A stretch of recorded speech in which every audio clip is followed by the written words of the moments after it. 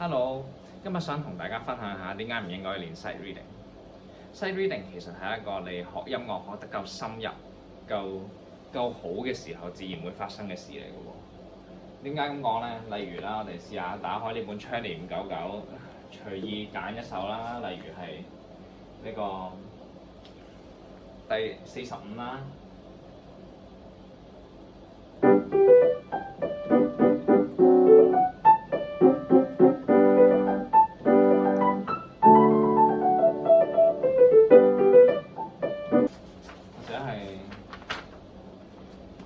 Number 60啊。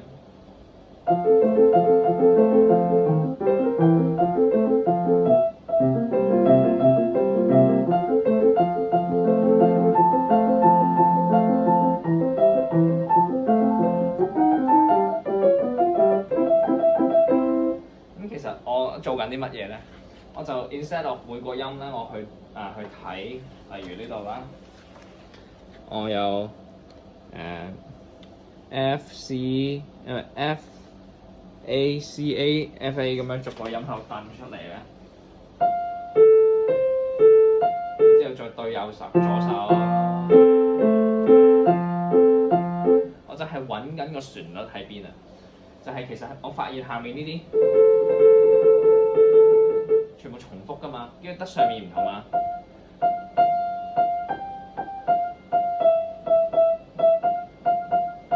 然後左手都係，咁我再中間求其摸啲音，即係當然都摸得仲係，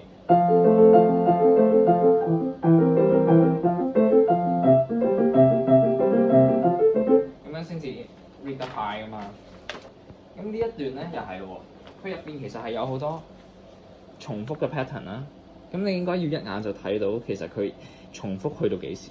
例如喺呢一度啦，4嚿嘢一模一樣嘅，跟住呢個同呢個都係一模一樣嘅，所以啲8嚿都一模一樣嘅。跟住呢度轉咗個 bass note， 然後個 top note 冇轉喎，所以我哋個手型係窄咗嘅，縮咗上去。跟住個 melody 就係咁樣樣嘅，如此類推，即係咁。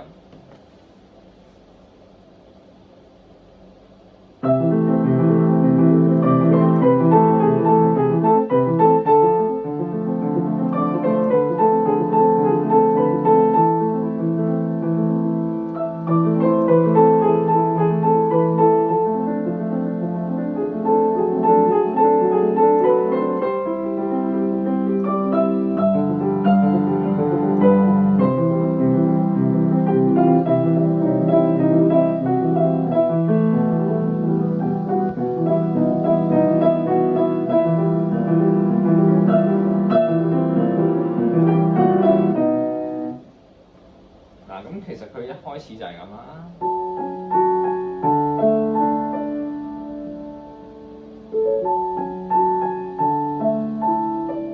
重複嘅喎，跟住先開始有啲唔同啦。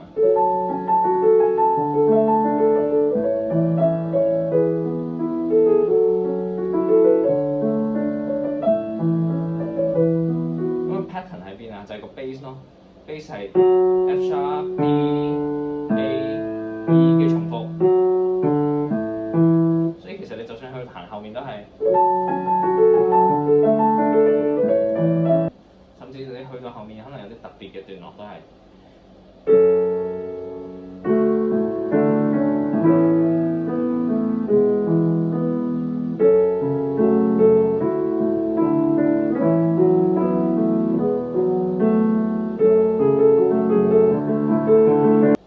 即係你中間彈錯幾粒音，其實唔係好緊要嘅，反而 sight reading 係講緊你可唔可以攞到個音樂個重點喺邊，唔係淨係 sight reading 喎，而係就算你彈一隻歌，你由頭學起，去到要彈好嘅時候，你一樣係要知道隻歌有邊啲音係特別重要，邊啲音係你唔應該將佢突顯出嚟嘅喎，係啦，所以個中心思想其實就係 sight reading。